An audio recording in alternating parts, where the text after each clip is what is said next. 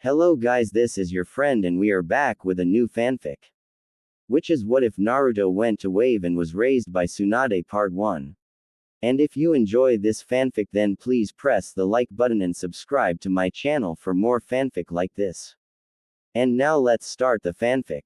The Prophecy Retold. Jiraiya was wondering why Gamamaru, the great elder toad, all of a sudden wants to speak with him in Mount Myoboku. He was just traveling around the land of water to keep track of his spy network and was returning back to Leaf Village. During his travels he was about to finish his very first book, Tales of a Gutsy Ninja. Granted, he was thankful for his student to provide him inspiration to complete the book. He thought perhaps he should take some time off from writing and traveling and enjoy some sceneries in Nadeshiko Village W. Which just happens to be located near the land of water. Because of that, he and Gameiken were now in the middle of jumping away from Nadeshiko Village when Gameiken informed him that Gamamaru wishes to speak with him. You are so ungraceful, Jiraiya, to be found in a place full of women. I thought you left behind your perverseness and have become a serious author to inspire the world to achieve peace. Gameiken said in his ungraceful tone he always uses, while taking another large jump. Hey, it's not my fault. No one told me that Nadeshiko is full of kunoichi. And FYI, I was just taking some time off from writing the book to enjoy sceneries in the nearby village, which just happens to be that damn Nadeshiko village. Jiraiya ranted while making sure to hang on to the toad by applying chakra to his feet. No one wants to face the fury of angry kunoichi. By enjoying sceneries, you mean enjoying sceneries in female hot springs, with a monocular and a notepad. The giant toad countered. Jiraiya got a sweat drop on his head and replied hurriedly, whatever, Mr. Gameiken, just take me away from here as far as possible. As you see, I'm still ungraceful as ever. But hang on, after which Gameiken took another mighty leap. After some time the pair both got off from Nadeshiko village borders and traveled some more distance and entered Fire Country. They stopped at a pond to take some much needed rest because they are possibly out of danger now. Alright Jiraiya, we are reaching the time limit for summoning. Now I have to go back, but to honor Gamamaru-sama's wish, you must visit Mount Myoboku soon. Gameiken said while breathing a little heavily due to the leaps and jumps he took just recently. Yeah, I will, Mr. Gameiken. Tell Shima-sama to reverse summon me when you reach there. Jiraiya said while going to the nearby pond to wash his face. Alright Jiraiya. But don't go around peeping on women and getting into troubles. I can't save you all the time because as you see I am still as ungraceful as ever, said the giant toad and then disappeared in huge puff of smoke, leaving behind a very irritated Sannin for that peeping remark.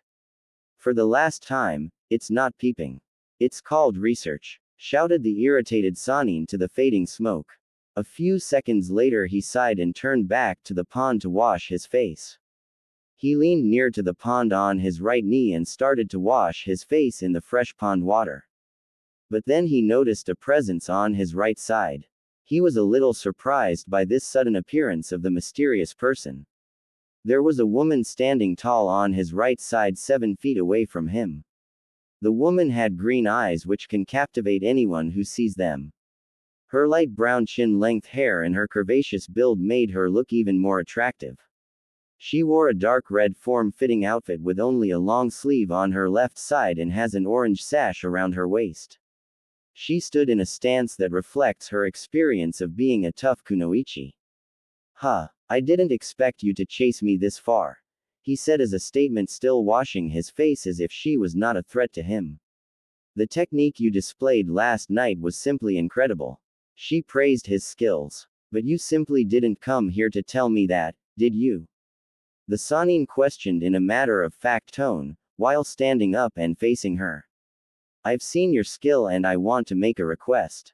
She replied. Like what? The Sannin asked, getting to the point of this discussion.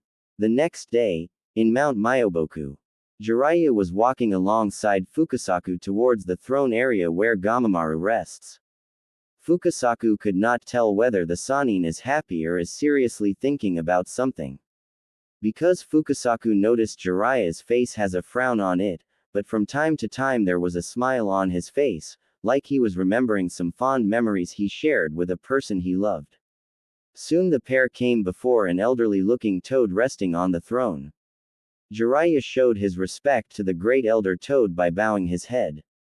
"You wished to speak to me, Gamamaru-sama?" The Sannin asked respectfully. "Ah, Jiraiya boy, you're here," replied the elder toad in a sagely tone. "Yes, Gamamaru-sama," the Sannin confirmed. "Jiraiya boy, I already told you about the prophecy when you first came before me, about the future student of yours that will become a ninja, who will bring a great change to the world.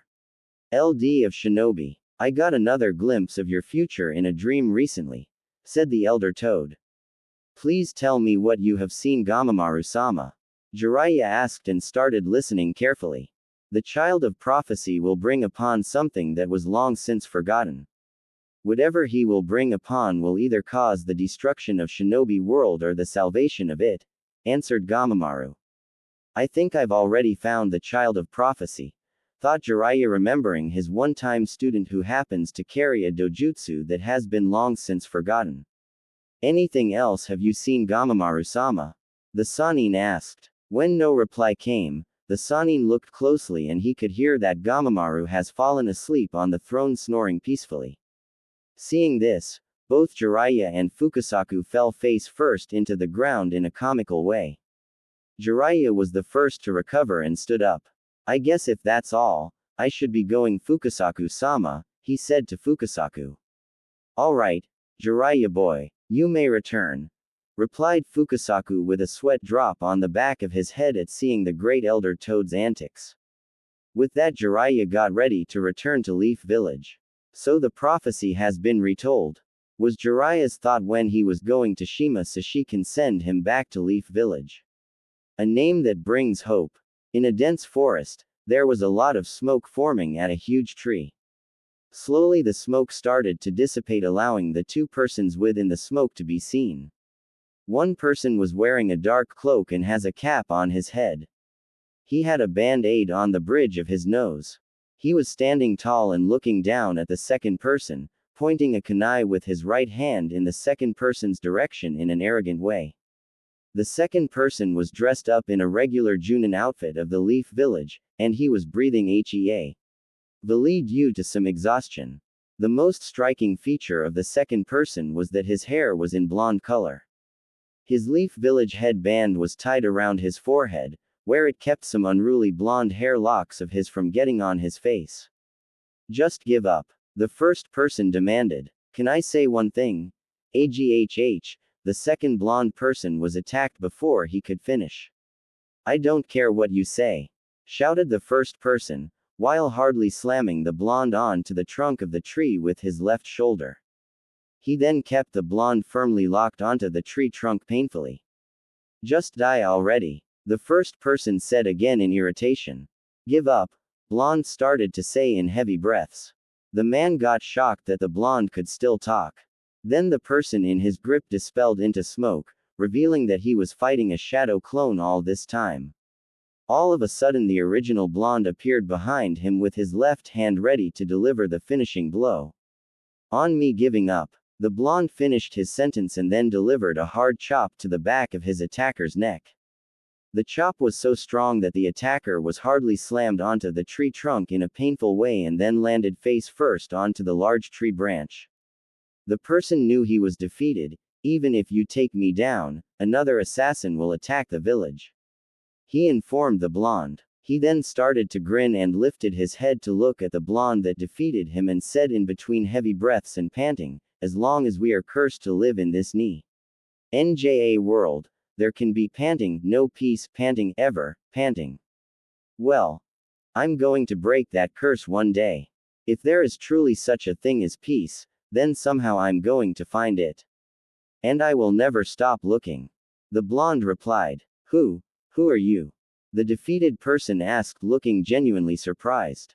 The blonde then lifted his hand to introduce himself. "My name is..." Minato was interrupted from reading the book, Tales of a Gutsy Ninja, by Jiraiya slapping him on his back. "Hey, so you were reading my Tales of a Gutsy Ninja book, are you?" Jiraiya seemed happy that someone is interested in reading his very first book. Well, it's only my first published work. So the sentences can be a bit childish and I didn't do a great job. The Sannin said while taking a seat in front of Minato. He seemed embarrassed at his work. Oh. No, I don't believe that at all. I think that this tale is wonderful. Minato said, seemingly very impressed by the book. Every chapter reads like one of the numerous legendary exploits you told me about. It's almost autobiographical. Minato said, referring to the tales mentioned in the book. Yeah, but it didn't sell at all, Jiraiya said awkwardly, and then he started to scratch his cheek like he just got an idea and said, for my next one I think I'll add some spicy elements to pack it up. The main character in here, I thought that his determination to never give up was pretty awesome. He's actually quite a lot like you, sensei. Minato said, still looking at the book. Yeah, you think so? Jiraiya inquired, getting hopeful. So, I was thinking. I really hope my soon-to-be child to become an amazing shinobi, which is like the main character in your book, Minato expressed his feelings. So that's why I'd like to ask your permission to name my son after him, said Minato, putting the book down on the table.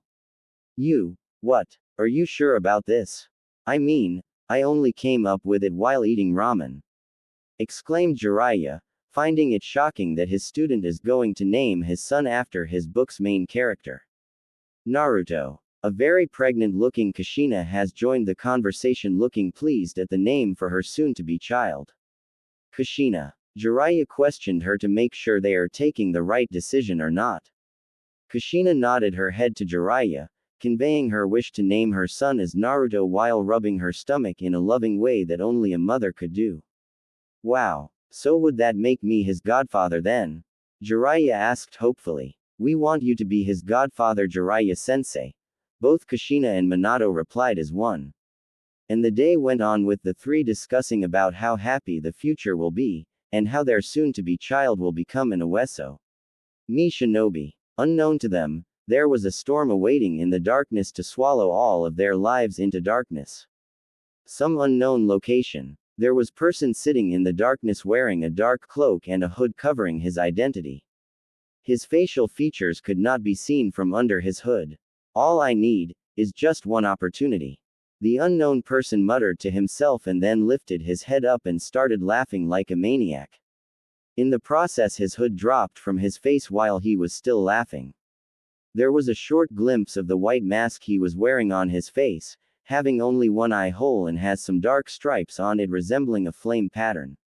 Peeking through the single eye hole ominously, was a sinister-looking Mangekyo Sharingan. Shifts in the sand. While the Namikaze family is eagerly waiting for their Naruto to come into this world, there was some major unrest going on far away in the Sand Village. It was another hot day in Sand Village. Everyone in the village seems to be working. Civilians going for their daily works, merchants and vendors opening their shops. But for one 3-year-old Tamari, that was not the case. She and her 2-year-old brother just found out that they are going to have another sibling soon. The kids and their parents were so happy they even planned to make a family dinner plan. Those damn Kunchal members just have to ruin it, don't they? Tamari said to herself, standing in the hallway of the house, hands folded and face set in frown like a stubborn child. She was so young she could not even pronounce some words properly. The eldest daughter of Rasa got irritated that her dad has to attend an important meeting when they were just about to celebrate the news of having a new sibling in future.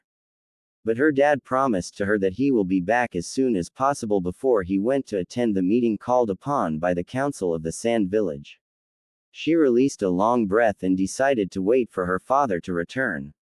She entered her room and, "Kankuro, what are you doing in my room?" She stopped in mid-sentence and pointed to some type of box that Kankuro was holding in his hands and questioned, "Is that mom's makeup kit?" Yeah, replied the 2-year-old Kankuro, while awkwardly trying to hide the makeup box from his sister's scrutinizing eyes. "Whatcha doing with it?" Tamari asked, still unsure of why her brother was having her mom's makeup box in his hands. That's none of your business. Kankuro screamed childishly and then ran out of Temari's room.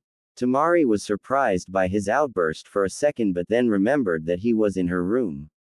She threw a pillow in the direction of retreating Kankuro and shouted, "Don't enter my room with you. Our tea parties and cat suits again. I don't do tea parties, and those are pajamas not cat suits." She heard her brother shout back. She went back to her bed and thought, he may be weird, but he's still my weird brother. Soon I'm gonna have another younger brother. She told herself lovingly, but then thought, I wonder what's that meeting about that dad has to attend urgently. I wonder what this meeting is about that I have to attend urgently. Rasa asked the assembled council members. It's about the future of the Sand, Cascade-sama. As we all know, Sand Village is on its last legs now. We were humiliated by the Leaf Village in the Second Shinobi World War. Our every assault on Leaf forces were countered by Sakumo Hataki, the White Fang. Every poison Chiyo-sama came up with was always countered by Tsunade Senju, the Slug Princess. Our forces have been massively attacked by Orochimaru, the Snake Sanin and his summons, and most importantly very one of our top secret plans to invade Leaf were spoiled by Jiraiya, the Toad Sage, and his spy network even before the plans were put into motion. The newly appointed council man Yura said. And then came the Third Shinobi World War. It was a war we wanted to win, to avenge the death of our third Cascade, who was possibly assassinated by the Stone Village. Even if we were allies with Leaf Village in this war, it was actually Leaf who won the war single-handedly, by one Leaf shinobi decimating the Hidden Stone's army all by himself. While Sand Village was not able to land even one single decisive hit in that war, the Junin commander Baki pointed out. I know our village's history, please get to the main issue. Cascade said, not wanting to hear again about Sand Village's dark history. All these shortcomings of Sand Village have made it a laughing stock in front of other villages.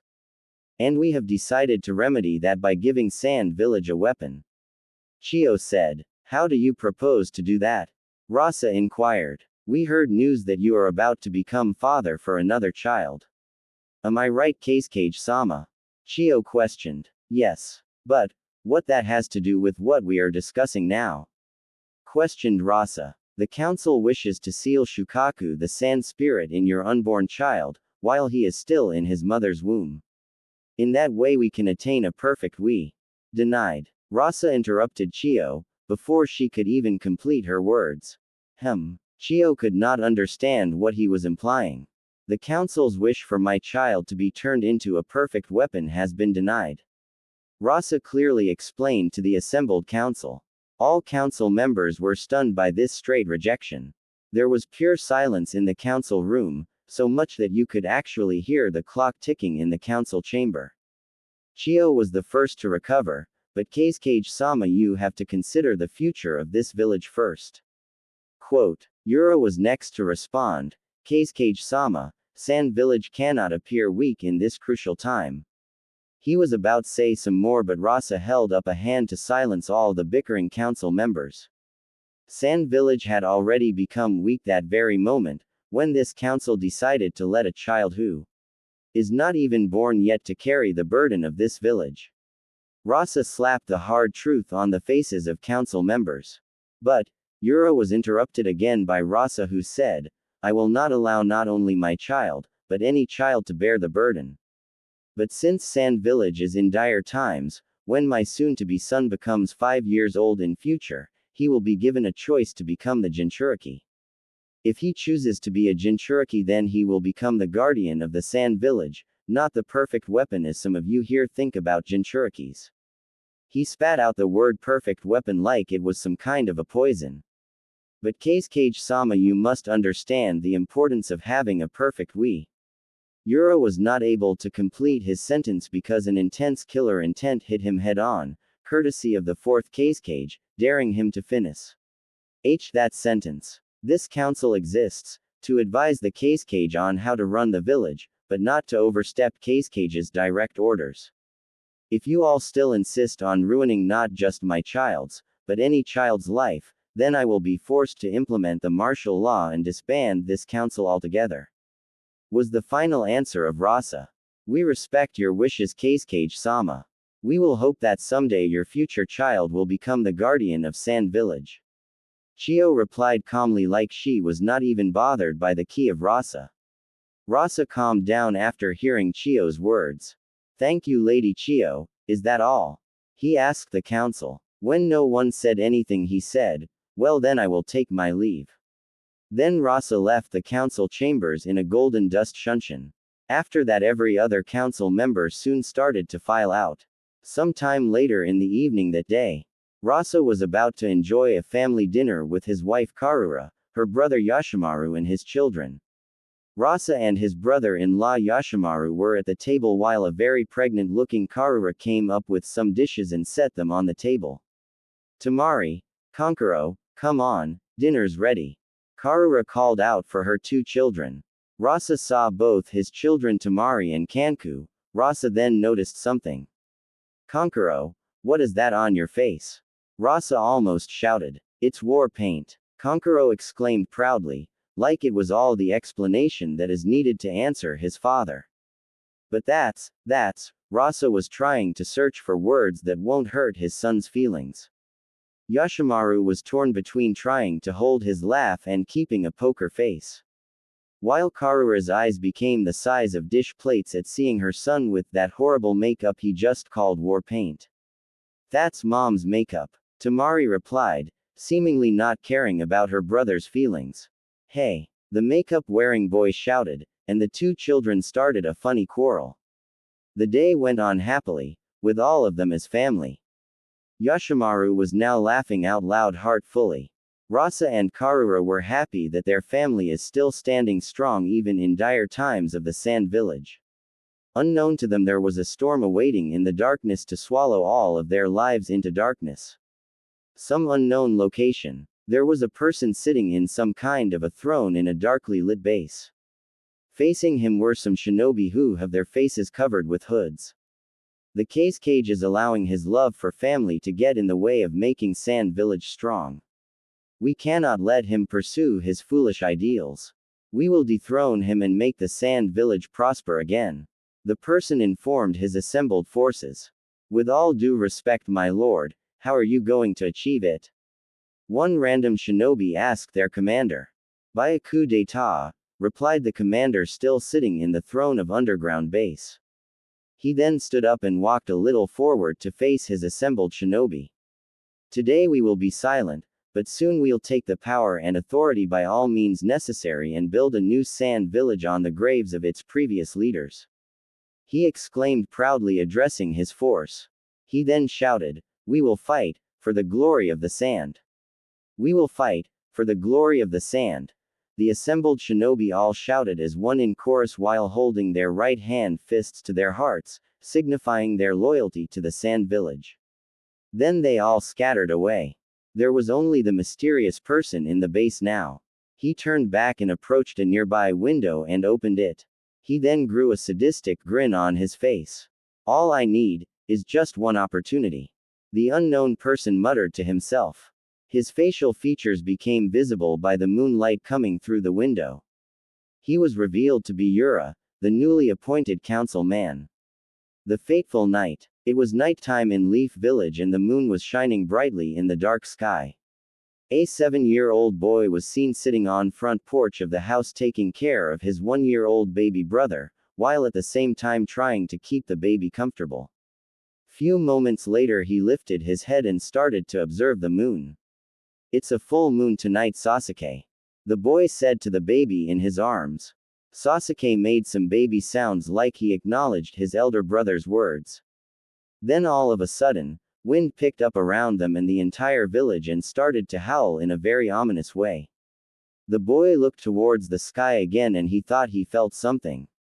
A feeling, something ominous, the boy muttered to himself. Then baby Sasuke also started make some crying noises like he also felt the ominous feeling. There, it's okay, don't cry Sasuke. No matter what happens your big brother will protect you. I promise you that, told the boy to his baby brother in order to calm him. Then in just a matter of minutes, the almighty nine-tailed fox appeared out of nowhere in the middle of Leaf Village and started its rampage, destroying everything in its path with just a flick of its tails. People were dying left and right, buildings were collapsing, and all the boy could do was to get out of the way of falling debris and to make sure his baby brother is fine. His brother Sasuke was scared and was crying. This is an announcement from the Leaf Police Force. All civilians evacuate. Head to the southeast sector. The boy still carrying his baby brother heard the announcement and started running towards the southeast sector. On his way he saw a girl who is about his age, crying in an alleyway not knowing what to do. "Come here," he shouted to the girl. The girl stopped crying for a second and saw the boy holding his hand out. "Itachi." The girl identified the boy. "Hurry up," the now identified Itachi said. "Okay." She complied and started running towards him.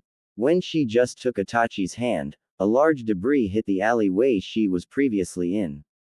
Itachi quickly threw the girl away and jumped himself along with his baby brother away from the debris.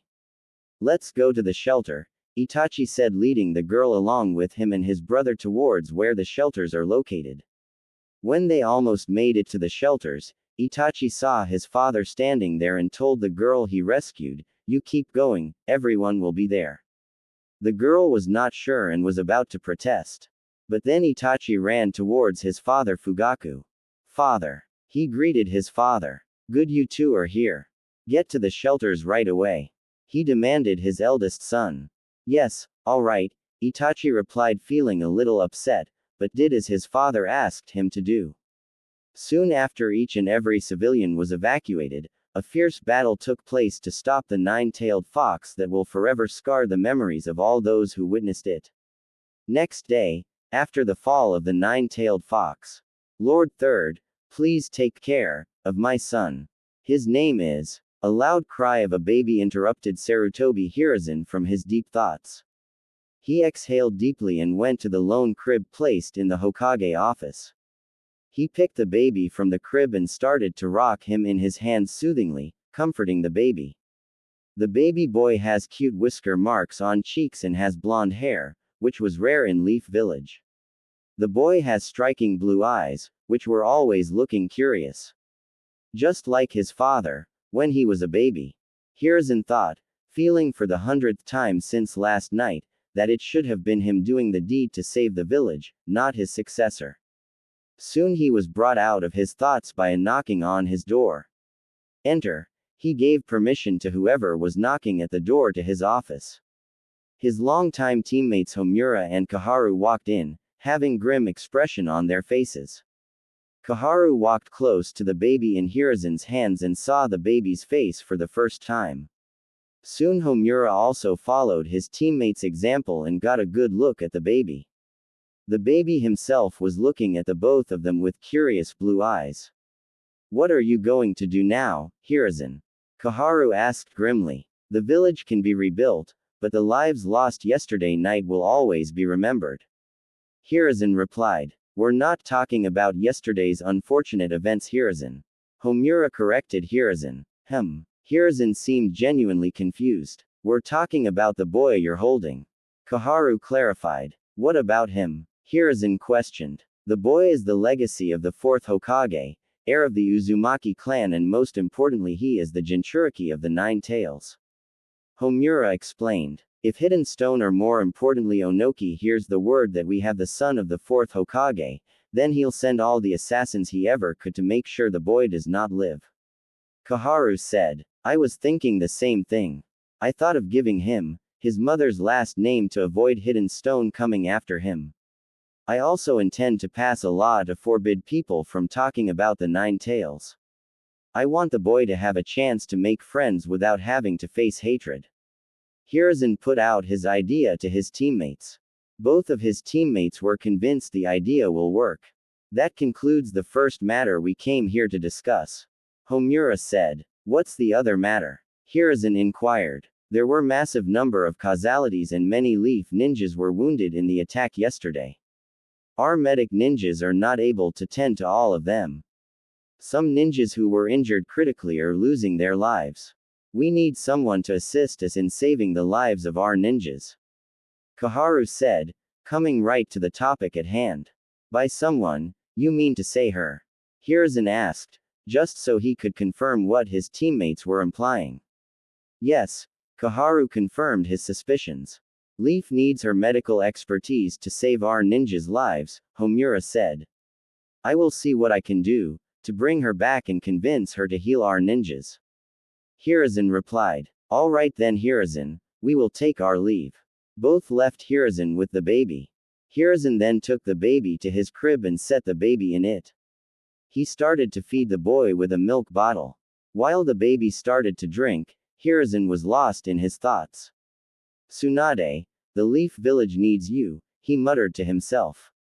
But Hiruzen missed the giggle and the smile that came up on the baby's face when he mentioned Tsunade's name.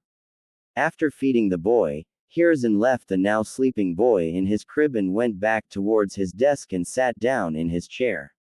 He then started to write a letter. When he was done writing, he did a set of very specific hand signs for a very specific jutsu. Summoning jutsu, he muttered silently, trying not to wake up the peacefully sleeping baby. There was a small puff of smoke. Soon the smoke cleared and a regular-sized monkey could be seen waiting. The monkey's body and tail are covered by white fur, which protrudes from his sleeves and pants. He has shoulder-length white hair and has short sideburns. He wore a black kimono shirt with mesh armor underneath, which is held closed by a blue sash. The monkey also wore a Leaf Village forehead protector. Greetings Sarutobi-san, the animal greeted his summoner. Greetings, Satori. I need you to deliver this to my student Tsunade, ASAP, asked Hiruzen handing the monkey a folded letter. It'll be done Sarutobi-san, replied the monkey as he took the letter from Hiruzen before disappearing in a puff of smoke while holding the folded letter. With that being done, Hiruzen decided to complete the tons of paperwork pending on his desk before the baby wakes up again. Somewhere in Tanzaku town, a certain blonde-haired female was not having a good day. When she first woke up to start her day, the teacup her assistant gave her tea in, actually cracked in her hands. Soon in the gambling bar, as soon as she started gambling today she started to win. One might be thinking that winning was supposed to be good, right? Maybe winning was good for others, but that is not the case with her. For her, winning is a bad omen. She was having bad omens since last night. Her assistant, a fairly tall female with black hair, was standing near her. She was actually looking happy that her master is finally winning. But then she noticed the upsetting look on her master's face. Let's go Shizune, ordered the blonde female. The now identified Shizune's eyes grew to the size of dish plates with a sweat drop forming on her backside of the head. Lady Tsunade. She questioned her master with quizzical expression on her face. She could not believe that her master, who would never quit gambling even when she was losing horribly, was actually leaving a game when she was actually winning. You heard me, let's go, Tsunade demanded her assistant and started walking off from the bar.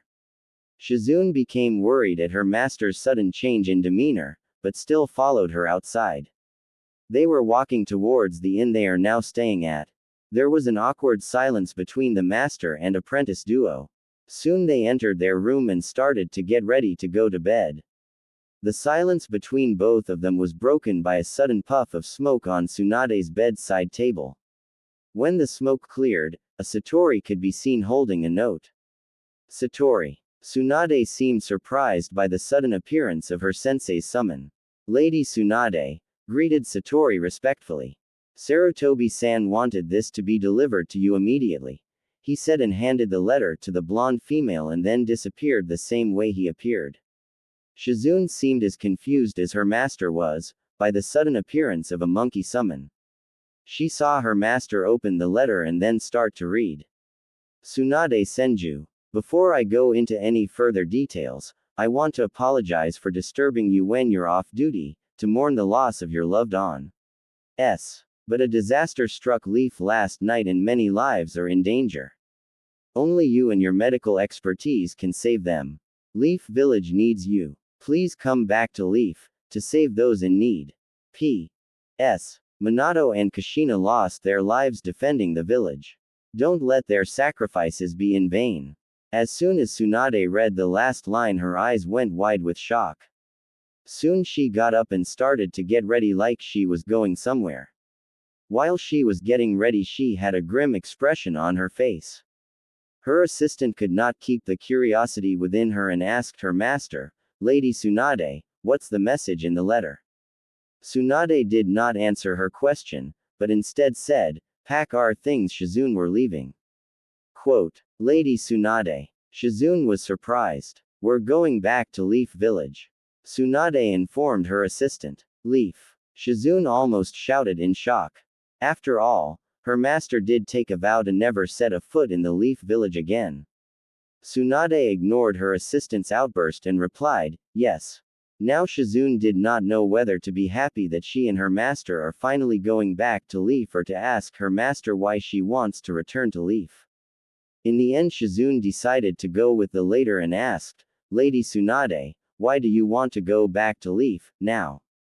Shizune questioned, while placing emphasis on the word now. That question made her master stand still. Tsunade turned around to face Shizune with a sad expression and replied, "My cousin and her husband have died yesterday night." Hiruzen was trying his best to contain his anger. He was sitting in his office trying to find out who leaked information to public about the newborn baby sleeping in Hi's office, being the Jinchuriki of Kyubi.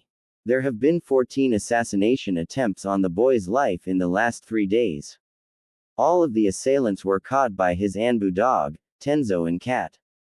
These assailants were then interrogated by Ibiki. The interrogation results left Hiruzen shocked. All of them were people of his own village. People whom his successor died saving, are now trying to kill his son. "You can come in now," Hiruzen said all of a sudden. For a few seconds there was no response, but then someone entered through the Hokage office window and stood facing Hiruzen. "It's been a long time, sensei." The person greeted with a somber expression on his face. "Indeed it has been, Jiraiya," Hiruzen said, releasing a sigh. "So Minato and Kushina are gone," the now identified Jiraiya said as a statement, to which Hiruzen didn't say anything. For a few moments, neither sensei nor the student said anything. Both were reflecting on their failures. "I failed to save those 3 in the Rain Village, and now I failed to save Minato and Kushina too. Had I stayed back in Leaf, maybe Minato and Kushina would have still been alive," were the thoughts running rampant in the Toad Sanin's head. "If it was me that did the deed to save this village, maybe I would have saved both their lives, and I would not be there to see my own people falling down so much as to try to take the life of a child." Were Hiruzen's thoughts. The painful silence was broken when Hiruzen's personal assistant peeked her head through the door and said, "Lord Third, Lady Tsunade is here to see you." That broke the both of them out of their trance.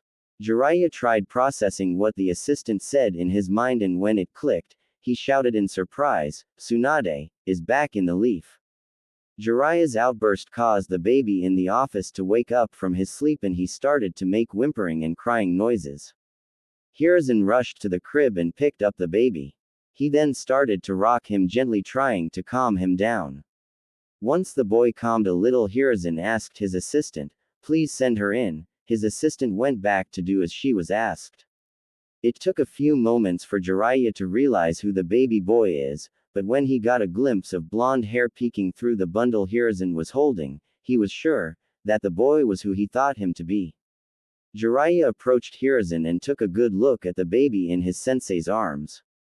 "Is he?" the Sanin tried to ask slowly this time, so as not to make the boy uncomfortable again. "Yes." His sensei confirmed his guess. "He looks like both of them," Jiraiya said, looking at the boy, while the baby boy was looking back at the Sanin with curious blue eyes.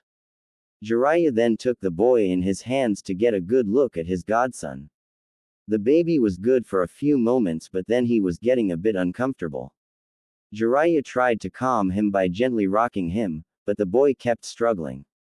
Hiruzen took the boy from Jiraiya and tried to calm the boy himself, but it was not working. Both men tried everything they could, but the boy wasn't calming down. He was not crying but has a troubled expression and was nearly whimpering, but they don't know why and what to do now. They started to make some faces to entertain the boy. When Tsunade walked in, what she saw was comical. Her sensei and her old teammate were making some stupid faces. Shizune also could not explain why Jiraiya was stretching his mouth with 2 fingers in front of a whimpering baby. Tsunade sighed at their pathetic attempt to calm the baby. Both men were startled when Tsunade walked up to them and took the baby boy into her arms. She wrapped him up in her warm embrace. The boy instantly calmed down and smiled as she rubbed his back while holding him gently.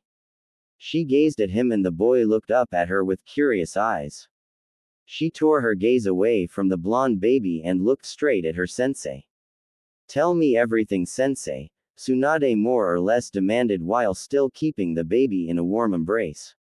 Few painful moments later, Shizune was holding the baby while she sat on a couch inside the Hokage's office. Hiruzen sat in his chair behind the desk, Jiraiya was leaning on the opposite wall facing his sensei and Tsunade sat on the window with both of her legs placed on bottom space of the window. She was looking out through the window. If one looked close enough they can see some dried tears on her face. The painful silence between the two Sannin and their sensei was occasionally broken by the giggling sounds made by the baby boy. "So he is her son?" Tsunade suddenly asked without turning her face. "Yes, he is," it was Jiraiya who replied. "Why is he here in the office? Why is he not in the hospital nursery room?" Tsunade inquired, this time looking straight towards her sensei. Hiruzen released a sigh and replied, "He was not safe there." "What do you mean he's not safe in the hospital?" Tsunade questioned. Jiraiya also raised an eyebrow at his sensei's words but he didn't say anything. "There were some situations," third Hokage said. "What situations exactly?" It was Jiraiya who asked, this time putting emphasis on the word situations. Hiruzen exhaled deeply, feeling his age for the first time since taking up on the Hokage mantle again. There were 14 assassination attempts on the boy's life. Granted, all the assassins were captured and are placed in heavy security prison. Both Jiraiya and Tsunade grew serious at this. "Is it hidden stone?" Jiraiya inquired. "It must be Onoki. That damned old midget will do anything to get back at Minato." Tsunade expressed her anger, while spitting out the name Onoki like it was a poison. "Well, I thought the same at first too, but it was not him." Hiruzen cleared their doubts before his 2 students could go out to do something drastic against Stone Village and that will lead them straight towards 4th Great Ninja War. "If it's not him, then who sent the assassins?" Jiraiya thought out loud. "It's the civilians and some ninjas of our own village." Hiruzen dropped the bomb on them. All those present inside the office except Hiruzen were shocked. There was a heavy silence that fell inside the Hokage office right after Hiruzen uttered those words. The tension was heavy among all of them. The baby boy also seemed to sense the tension as he made some whimpering noises. Shizune excused herself to go out of the office to calm the boy. Once Shizune and the baby were outside, Jiraiya calmly asked, "Why?"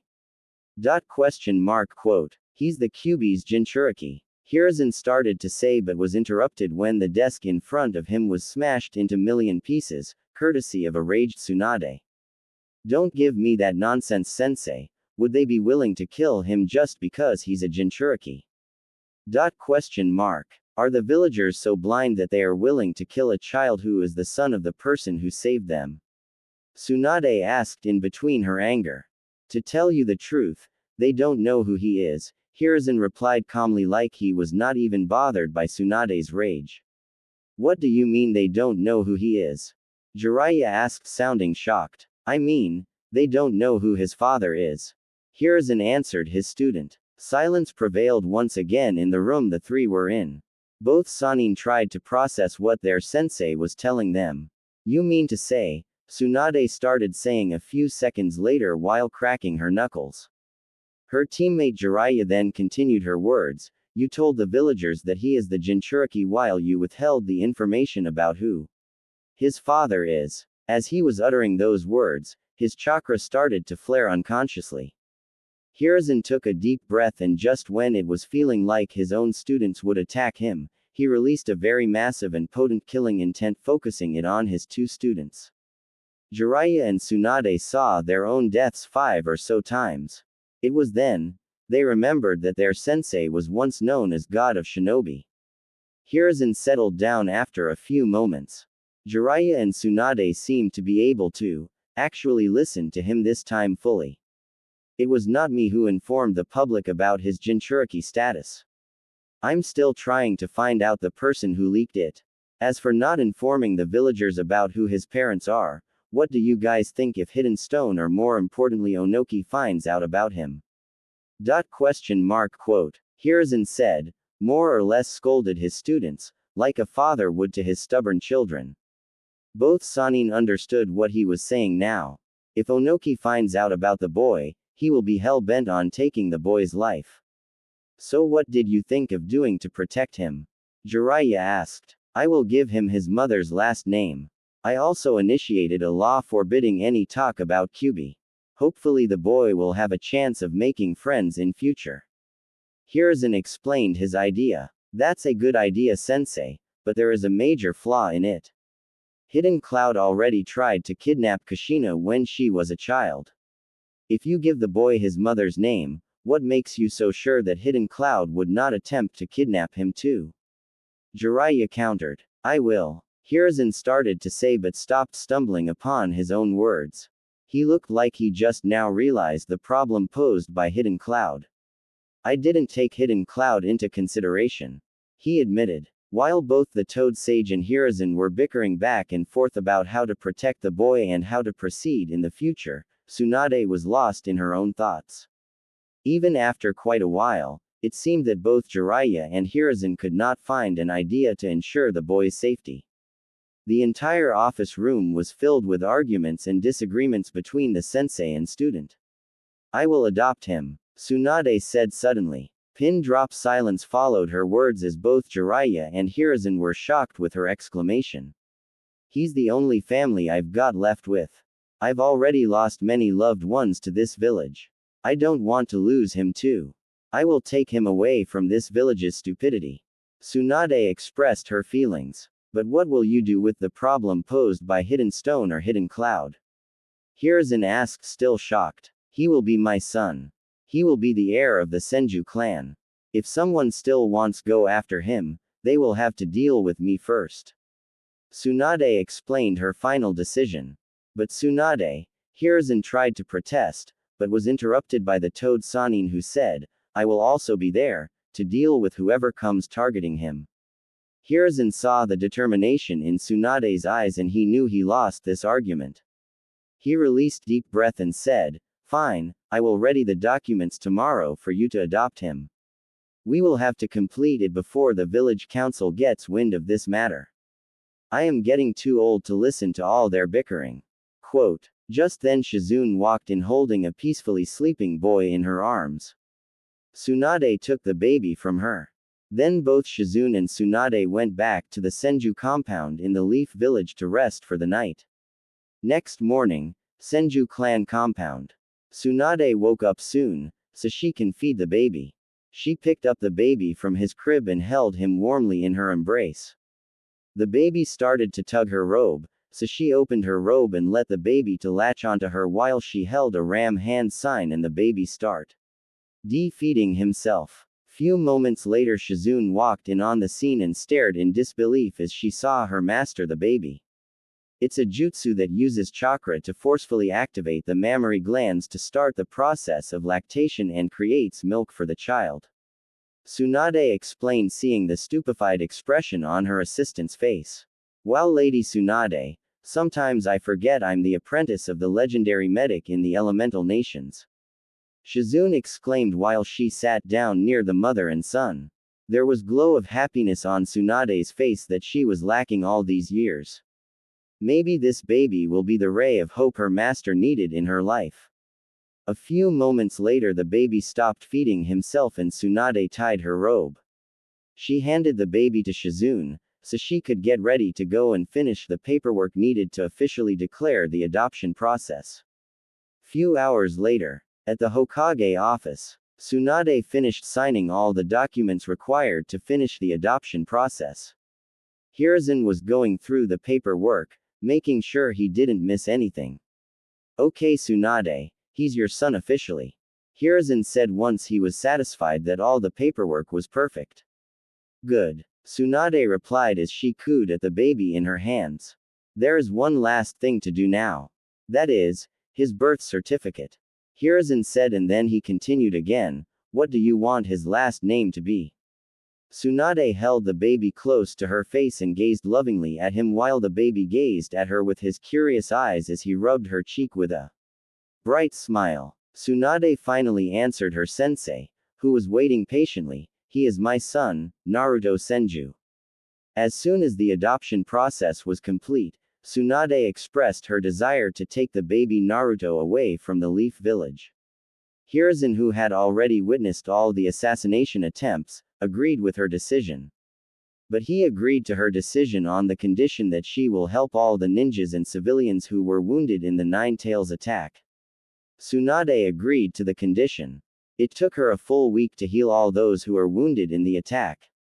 The remaining 3 days were spent on collecting all of her Senju clan fortune, so she could raise Naruto. Now Tsunade and Shizune were already packed and were walking towards the village gates. It was still too early in the morning, so no one was present outside except a very few villagers who were starting to work early. Lady Tsunade, isn't it a little too fast to leave? Shizune asked the question that was bugging her mind since last night when her master informed her that they would be leaving the village in the early morning. This village is blinded with its hatred. I don't want to lose him to their hatred. Tsunade said the last part looking at the baby Naruto in her arms. Shizune understood the inner meaning of her master's words and kept walking alongside her. As soon as they arrived at the gates, they saw Hiruzen waiting for them patiently. Sensei. Tsunade didn't know why he was there. I'm here to fulfill my duty that I promised to his parents. He replied, referring to Naruto. Which is? Tsunade inquired. Hiruzen took out 3 scrolls from his robes. One scroll was colored in red, second one was colored in golden yellow, and the third was plain white in color. He handed all the 3 to her. The white scroll contains all the fortune that Naruto's parents left him with. Hiruzen said with a grim expression, remembering the cost of that fateful night. Thanks. But I don't think I will need it. The Senju fortune I have is already enough. Tsunade tried to refuse. I know. But it's one of their final wishes. Hiruzen replied, remembering one of Kushina's final wishes. Alright. Tsunade conceded. But what's with these 2 scrolls? She questioned, referring to the 2 remaining scrolls. They are all the jutsus that his parents used and created in their lifetime. These scrolls can only be opened by the blood of their descendant. He replied while placing emphasis on the word created. Tsunade understood what he was referring to and placed the 3 scrolls in her backpack carefully. Now to the final matter. I'm here to ask you to bring Naruto back to Leaf Village when he is ready. Hiruzen dropped the bomb. No. Tsunade shot down his request. Hiruzen did not react to her rejection, instead he was expecting her to say no. But he made a promise to someone. It was Kushina's final wish, for him to be Hokage and continue their dreams. He said, remembering her final words. That brought Tsunade's world upside down. She stood in silence for a few moments. Then she composed herself, and gazed at her son in her arms, who was having a bright smile, as soon as he heard the name Kushina. If he decides to come here, I won't stop him. That's all I can promise. Tsunade replied finally while caressing Naruto's cheek. That's all I can ask for. Hiruzen compromised to the fact that she was willing to allow Naruto to return, if he wishes to come back to Leaf Village. Goodbye sensei, Tsunade said to her sensei and started walking. Soon Shizune also followed her out of the village gates. Hiruzen stood watching the retreating forms of Tsunade and Shizune until they can no longer be seen. Now comes the difficult part. Breaking the news to the village council. Hiruzen thought while rubbing his temples. Far away in the sand village. He's so small. He's premature. Are you really sure he's going to be alright? Quote. Rasa questioned Chio, worrying about his son's health. He was holding a tiny child with red hair. The baby has dark rings around his eyes, just like how his father gets dark rings around his eyes when he uses his golden dust. I'm not sure, but since he's born premature, he has to be taken good care of, to ensure his health. Chio replied. Please let me, see my baby's face, a bedridden Karura asked in between pants and heavy breaths. She was exhausted from giving birth to a child prematurely. Are you alright, Karura? Rasa almost shouted in panic, appearing right beside her while carefully holding the baby. I think I'll be fine. Where's my baby? Quote. Karura asked her husband again. Rasa placed the newborn baby near Karura with extra care. Karura turned a little to her left side so she can see her son. Karura took her very first look at her son and she got tears of happiness in her eyes. He's so tiny, muttered Karura while caressing her son very gently. Just then the door to the operating room opened a little and Tamari poked her head inside and asked, Is Mom okay? Tamari, come in, and see your brother, Karura called out to her eldest daughter. Tamari walked in being very careful not to disturb anything in the operating room. Following a step behind her was Kankuro. He was also being very careful not to touch anything. Both children approached their mom who was looking exhausted. The happiness that both children got when they first saw their youngest sibling cannot be put into words. Tamari was the first to speak. Can I hold him? Not now, Rasa informed his daughter. Why? Quote. It was Kankuro who questioned. Your brother is born prematurely, so we have to take extra care of him. Once we ensure that his health is fine, you can hold him.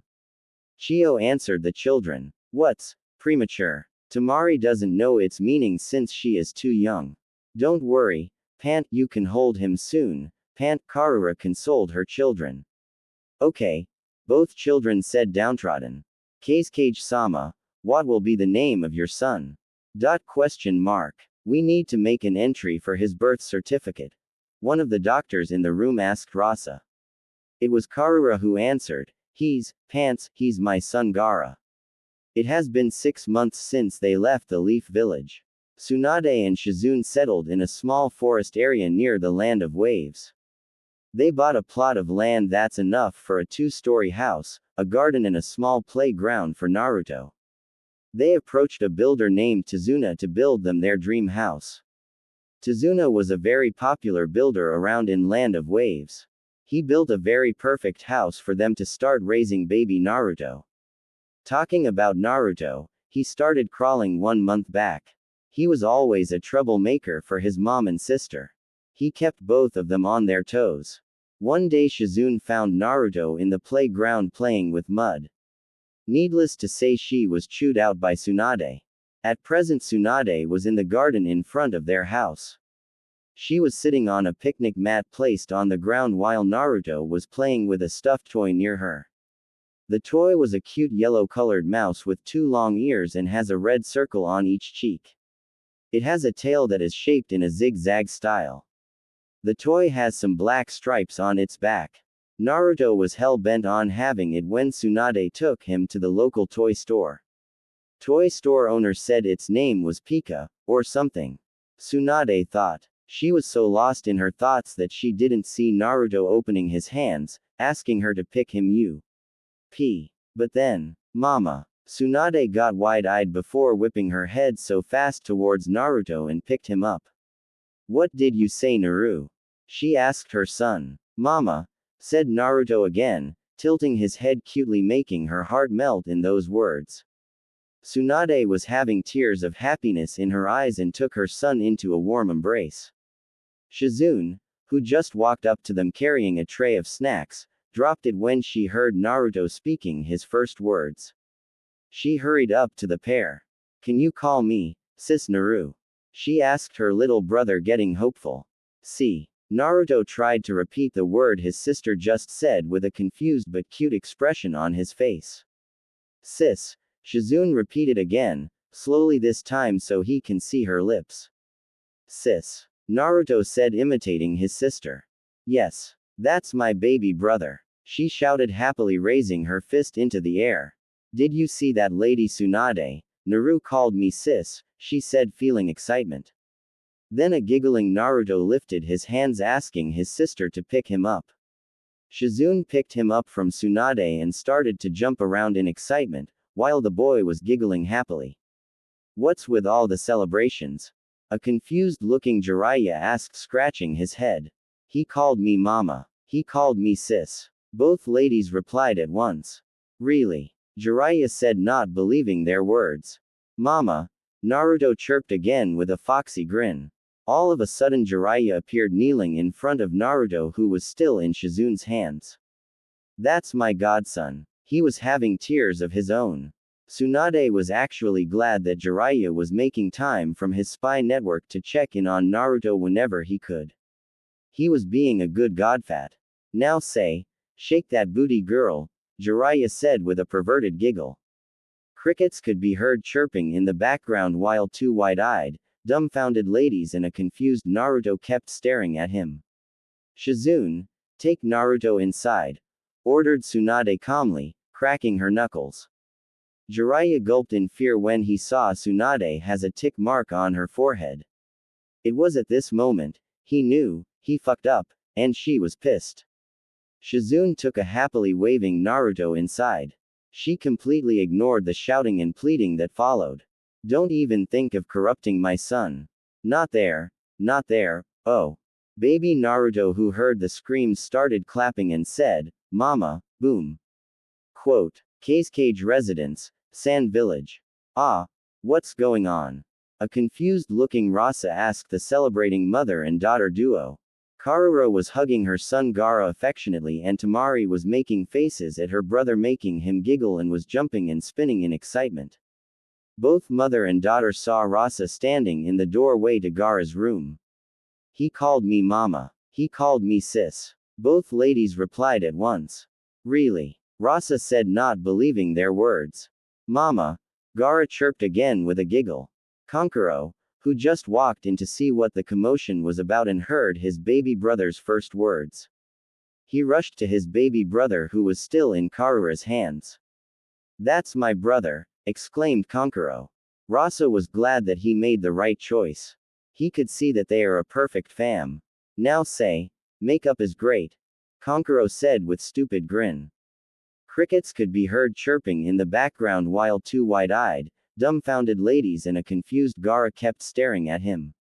Rasa's eyes became the size of dish plates. Karura handed Gaara to Temari. Temari, take Gaara outside and play, she said calmly. Temari, who was still wide-eyed, took her brother and went out of the room. I just remembered a paperwork that I forgot to finish. Rasa smartly escaped the situation, leaving Kankuro to face Karura, who was having tick mark on her forehead and she was cracking her knuckles. Kankuro was sweating comically. Rasa and Temari completely ignored the girly scream that followed few seconds after they left. Baby Gaara, who heard the girly scream, started clapping and said, Mama, boom. It has been quite a while since baby Gaara started to speak his very first words. As time went on, he started saying the words such as, Dada, to refer his father to, which made his father emotional. Kankuro saw his father getting emotional for the very first time in his 3 years of life. Today is a very special day for the family. It was Temari's 4th birthday. Entire family was preparing for a family celebration at night, and Karura has a special gift for her eldest daughter.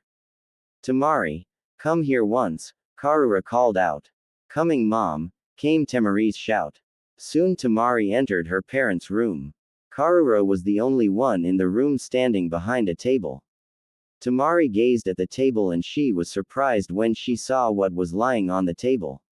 What's this, mom? Temari inquired, staring with wide eyes at a giant folding fan that was placed on a table in front of her mother.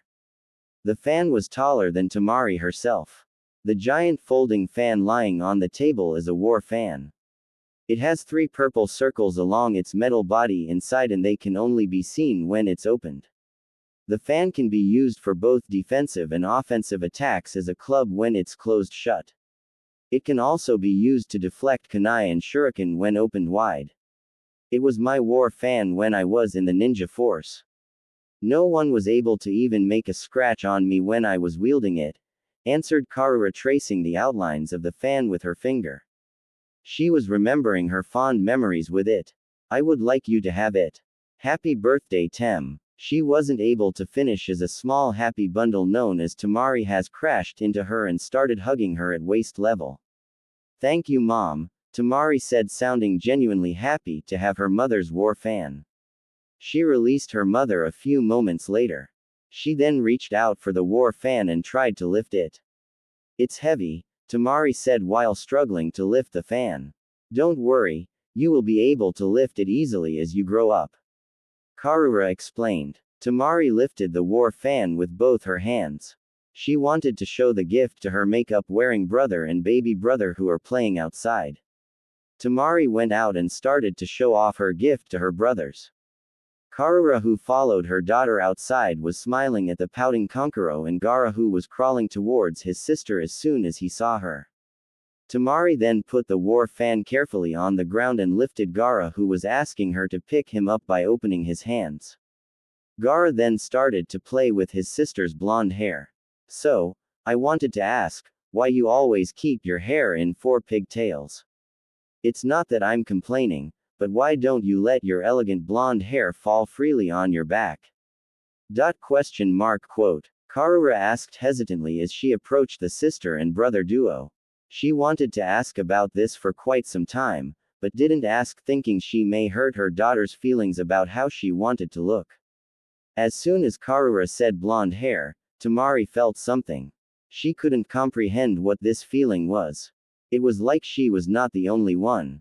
Karura saw her daughter's facial expression change from happy to dreamy to confused and then finally settle with a pout and question mark face.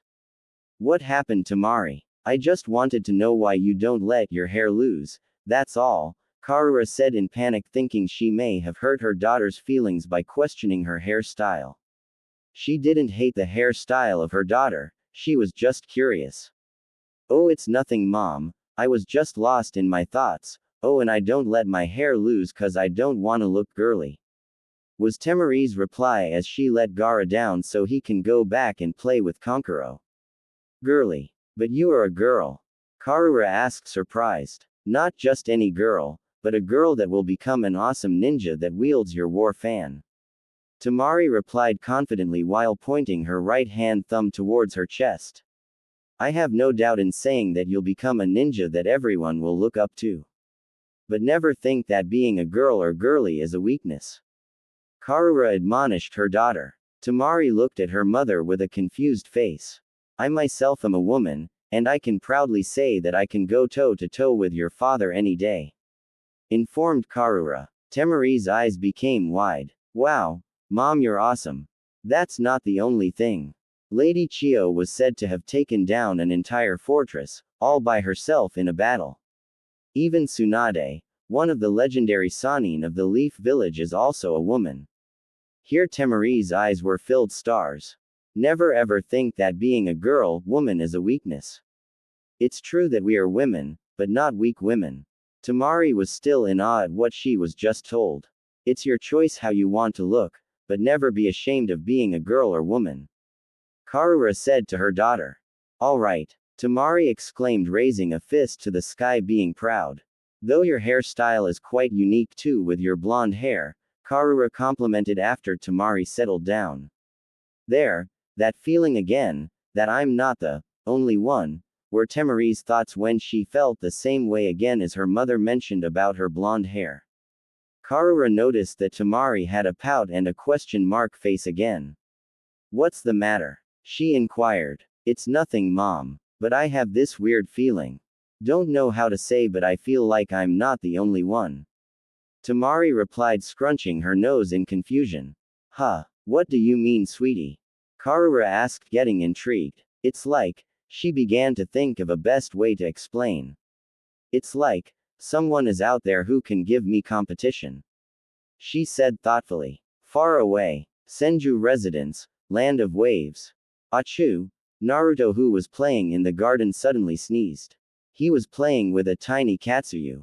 Naruto was crawling around and trying to catch the tiny slug that his mother summoned for him. Katsuyu is always delighted whenever Tsunade summoned her to play with Naruto.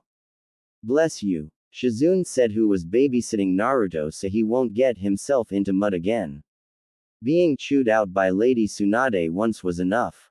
Someone must be thinking about you, Naru, she said again. But then she saw Naruto had stopped crawling up to Katsuyu as soon as he sneezed, and made a confused but cute expression on his face like he was thinking seriously about something. To Shizune he looked so adorable that she thought of hugging him like a teddy bear and never let go. Shizune, come inside, we need to ready the bath for Naru, came the shout of Tsunade. Coming, Lady Tsunade, Shizune replied. Lady Katsuyu, can you watch Naru for me? I will come back to take him inside in a few minutes. Shizune requested the slug summon. Oh, it's no problem, Shizune-chan. Besides, I enjoy my time with Naruto-kun, came the delighted reply of Katsuyu. Shizune nodded at Katsuyu gratefully and then went inside to help Tsunade to prepare the bath for Naruto. Naruto was still having that cute, thoughtful expression on his face. As soon as Shizune was no longer in sight, Katsuyu noticed some movement in the nearby bushes. She felt something in there, so she crawled up to that bush. But suddenly a regular-sized snake jumped on her. The snake was no match for Katsuyu, but it was only a distraction. Another snake, which is the size of a python, was making its way towards the still thoughtful baby Naruto, who was oblivious to its approach. It was green in color, mixing up with the grass, making it unseen for an eye. Katsuyu was engaged in disposing of the first snake with her acid, but she did not know there was another snake about to strike Naruto. Even if she knew about the other snake, she could not make it fast enough to save him. The python opened its maw to strike a still unaware Naruto. Few moments later, when Tsunade and Shizune walked outside to take Naruto for his bath, they were confused and surprised along with Katsuyu too. There was a large bird standing in the grass near a happily giggling Naruto. The bird is 3 feet tall and can come up to Tsunade's waist level in height if it stood tall. The bird looked like an eagle, but not quite the same. It has the body structure of an eagle, but its size is far large to be an actual eagle. Its feather colors are so vibrant, which was never seen by any of them including Katsuyu. Even though it has large size and vibrant colors, in nature when an animal has bright vibrant colors, it means that the animal is either poisonous or dangerous. The bird seemed to be calm. It was looking at a giggling Naruto until Tsunade and Shizune walked in. When the bird noticed their presence, it turned its head towards Tsunade. Tsunade was fearing for her son's safety in the presence of an unknown large bird, but as soon as the bird looked at her, she doesn't know why, but she felt at ease. It's like the bird has a calming aura that calms everyone in its vicinity. Almost like someone was guiding her, she walked up to her son and picked him up. While this was happening, the bird didn't even make any movement at all, like all scared birds do when a human approaches them. Tsunade, Shizune and Katsuyu were all staring in awe at the mighty bird. Once the bird saw that the boy was safe, it released its wings, which were 3 meters wide each. Then it released a mighty screech, and took flight. The screech was not the one that shocked Tsunade, Shizune and Katsuyu, but what shocked them was what they saw in the bird's talons. Hanging from the massive and ferocious-looking talons was the lifeless corpse of a green-colored python. The python was massive. It could weigh easily around 300 pounds. All three had no clue how the bird could lift that much weight like it was just a feather. The bird started circling around them in the sky, making a gentle breeze of wind, and then threw the dead python far away, where it can't be found by anyone. Naruto, who was still in the hands of Tsunade, was clapping and giggling, enjoying the gentle breeze created by the bird. As soon as the bird started to fly away, he lifted his tiny hand towards the sky where he could still see the bird disappearing into the distance and said, "Wind." Right after Naruto said, "Wind," in Sand Village. Tamari, who was in the playground listening carefully about all her mom's exploits when she was a ninja, suddenly felt like someone rested their hand on her shoulder gently. She looked back in surprise, while her mother seemed to be curious about her daughter's sudden reaction. Tamari. Karura inquired, curious as to why her daughter is looking back with a confused expression. Tamari blinked her eyes when Karura called her and turned to face her mom and said, "It's nothing, Mom, I just felt like someone rested a hand on my shoulder." Just then a gentle breeze of wind surrounded the two females who have no idea about what was going on. The gentle breeze of wind caused two of Tamari's lower pigtails get loose, making her long hair to fall freely and flow in the wind, making her look like an angel to her mother's eyes. That night, some unknown location. It was a darkly lit hideout, built entirely underground with the entrance being at the foot of a rock formation. Within the hideout itself are numerous rooms, and on the walls of the rooms, there were statues of gigantic snakes coiled up with candles in their eyes providing light. A tall and thin figure was seen sitting on some sort of throne-like structure in one of the rooms of the hideout. Soon a regular-sized snake came up crawling into the darkly lit room and stopped nearly 10 feet away, facing the person. The snake looked like it has seen better days. Over 70% of the snake's body was filled with acid burns. Ku, Aota, it seems as if you were unsuccessful in doing what I asked of you. The person said sarcastically. Yes, my lord. I faced a massive retaliation from Slug Sanin's summon. The now identified snake Aota humbly replied. So Katsuyu was there. Ku, the person replied. Forgive me, my lord, but your idea to harm an innocent child is not a noble way to. Aota started to say, but the person interrupted the still talking snake like he didn't even hear its words. Your father Manda will not be happy that his son was beaten by Katsuyu brutally. He said, making the snake bow its head in disappointment on itself. To think that Katsuyu was able to defeat two of my snakes all by herself. The person started talking to himself but was interrupted by the snake, who lifted his head and said, with all due respect, my lord, only I was defeated by Katsuyu-sama. Aota made a tiny mistake by referring Katsuyu with respect, and started to panic that his lord may complain to his father Manda. The person seemed as if he didn't even catch the mistake and questioned, So what happened to Viper then? He was killed brutally by some sort of a large bird. Aota replied with remorse filled in his voice at losing one of his kin.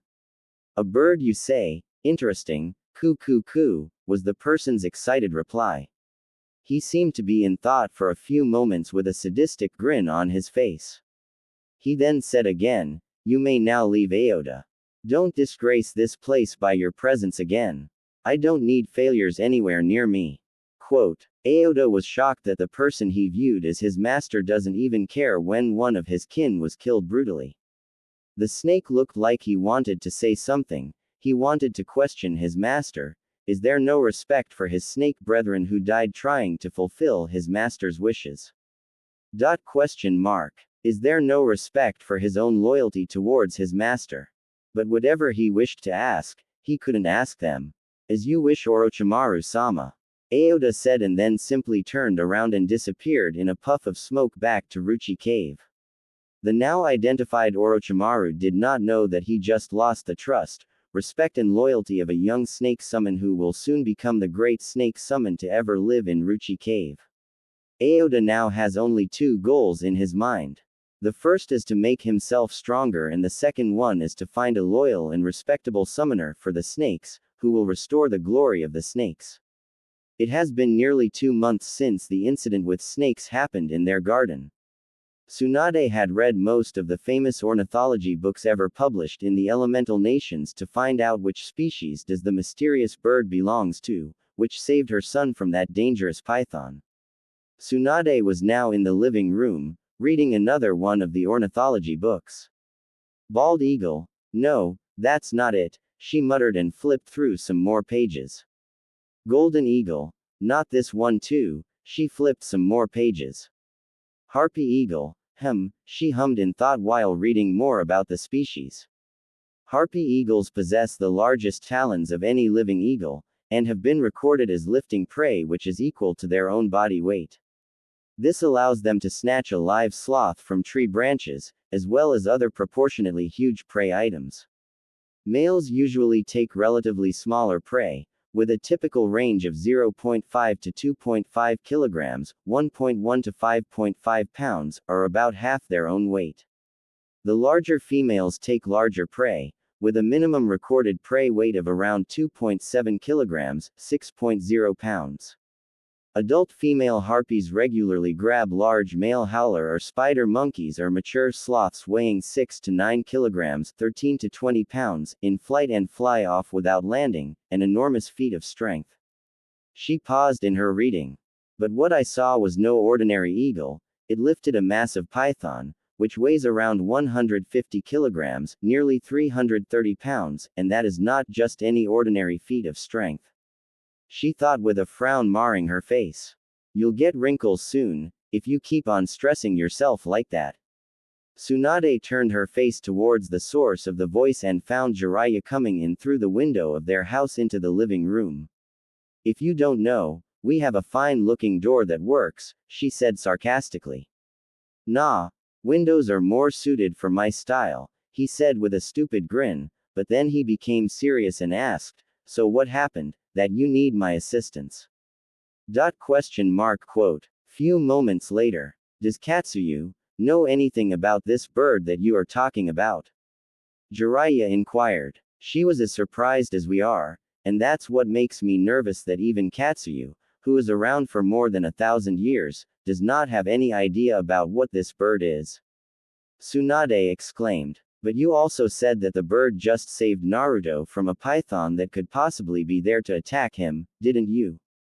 Jiraiya questioned. Yeah, and it didn't even make any moment even when I was approaching it. It just kept on looking at me, and then lifted the python like it was just a feather, she said, remembering the encounter again. This is troubling, Jiraiya said, scratching his chin. I will see if I can find any info about this in Mount Myoboku. Write down the appearance and details of the bird. ND, give it to me, he said, handing her a notepad and pen that he always keeps with him. Tsunade wrote what she could remember about the bird and handed it back to the toad Sanin. So, where's my troublemaker godson? Jiraiya asked, feeling happy to meet his godson. He's in the garden with Shizune, Tsunade said while leading the way to the garden. Jiraiya soon followed her out.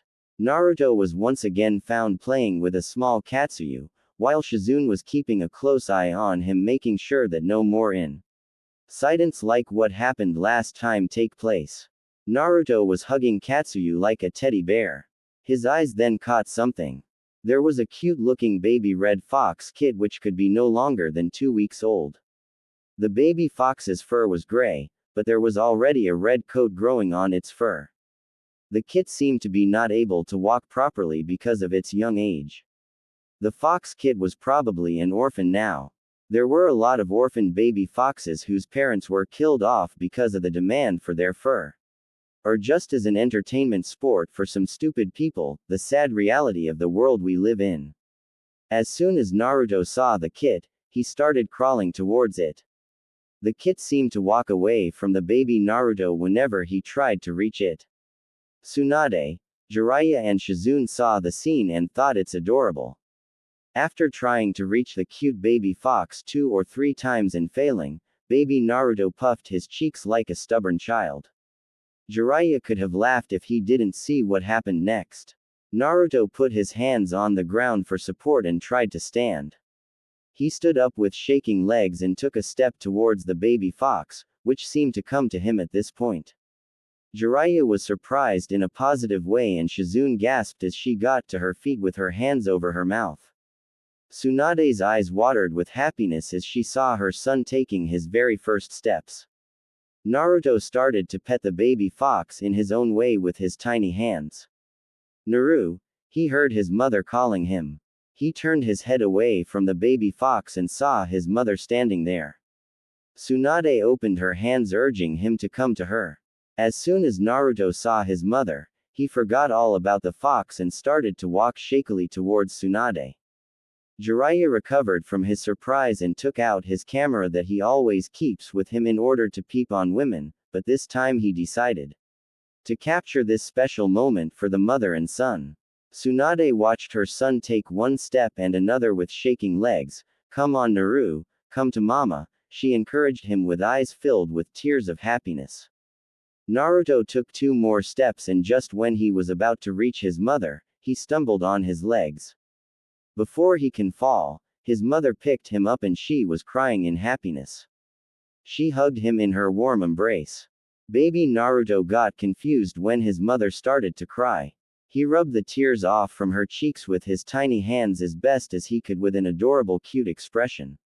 Soon Shizune also recovered from her surprise and joined the mother and son duo. Caught each and every step, Jiraiya muttered while going through the pictures he just took. One picture shows Tsunade opening her hands urging her son to come to her. Next two pictures show Naruto taking one step after another towards his mother. Another one shows Naruto almost reaching Tsunade. Next picture shows a very emotional Tsunade hugging her son who was trying to wipe his mother's tears.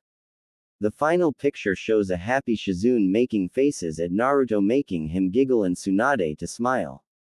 It will be a gift for my godson, on his first birthday in a few days, Jiraiya thought. Soon he also joined them in urging his godson to walk towards him too, which Naruto happily did. Shizune took the camera from Jiraiya so she can capture Jiraiya's special moment with Naruto too. Then they set the camera on timer mode and put it on a nearest tree branch, so that they can take a family picture with baby Naruto, who can now stand a little easily. Tsunade and Shizune were standing side by side while baby Naruto stood in front of them in the middle with a smiling face, while Jiraiya, who was taller than all of them, was in the back giving a peace sign with a heartfelt smile.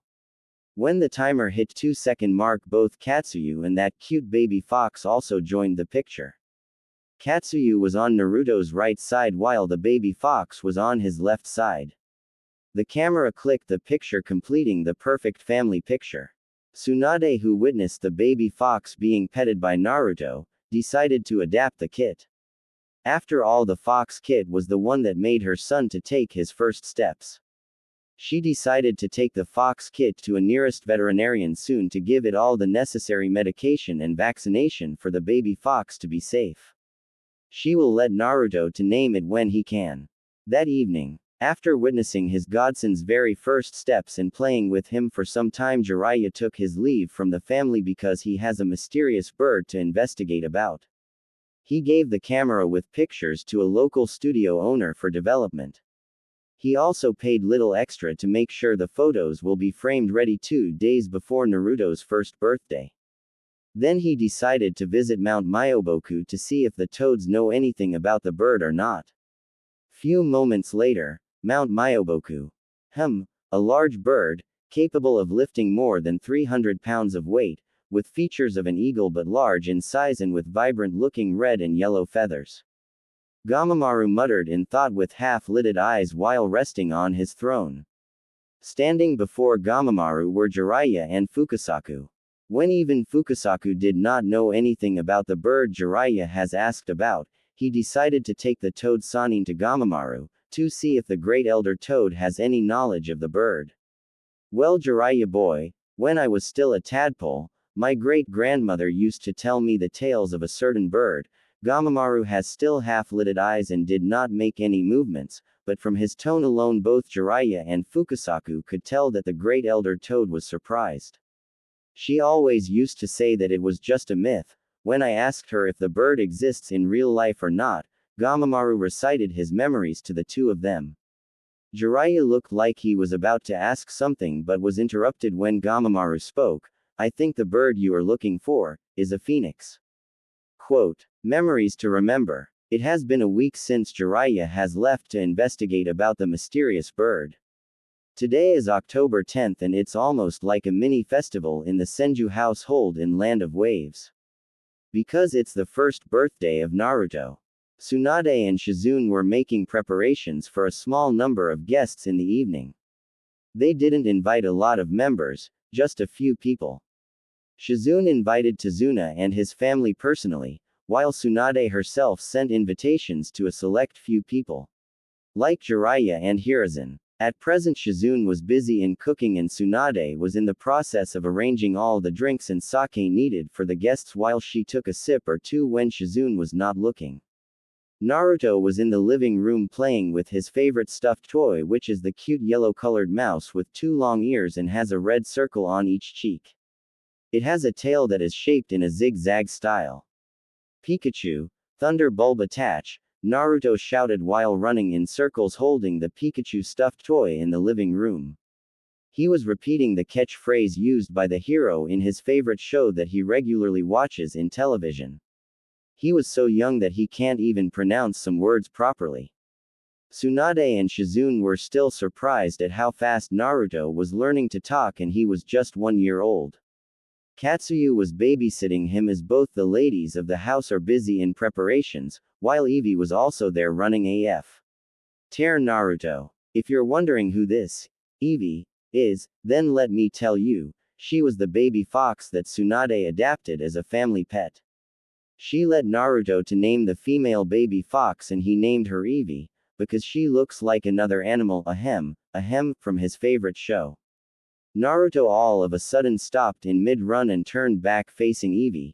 Eevee, help Pikachu, he shouted playfully and gently set the stuffed toy on the back of the baby fox. The fox kit then started to run in circles, making sure to not let the toy fall down. And a few moments later Fox Kit jumped onto Naruto, making him fall back on the carpet and started to lick him as the toy fell on his right side.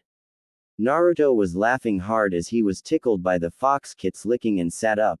Just you wait, Gary, I will beat you, he shouted, referring to another Lin. From the show, rising his tiny fist in the sky. Eevee also rose up on his left side and yipped its agreement too. What's my godson doing? Naruto turned towards the source of the voice and found Jiraiya coming in through the window. Uncle Jiraiya! He shouted in excitement as he ran as fast as he could and jumped up towards Jiraiya. Jiraiya caught the excited boy in his hands and spun him around, making the boy laugh and then set him down.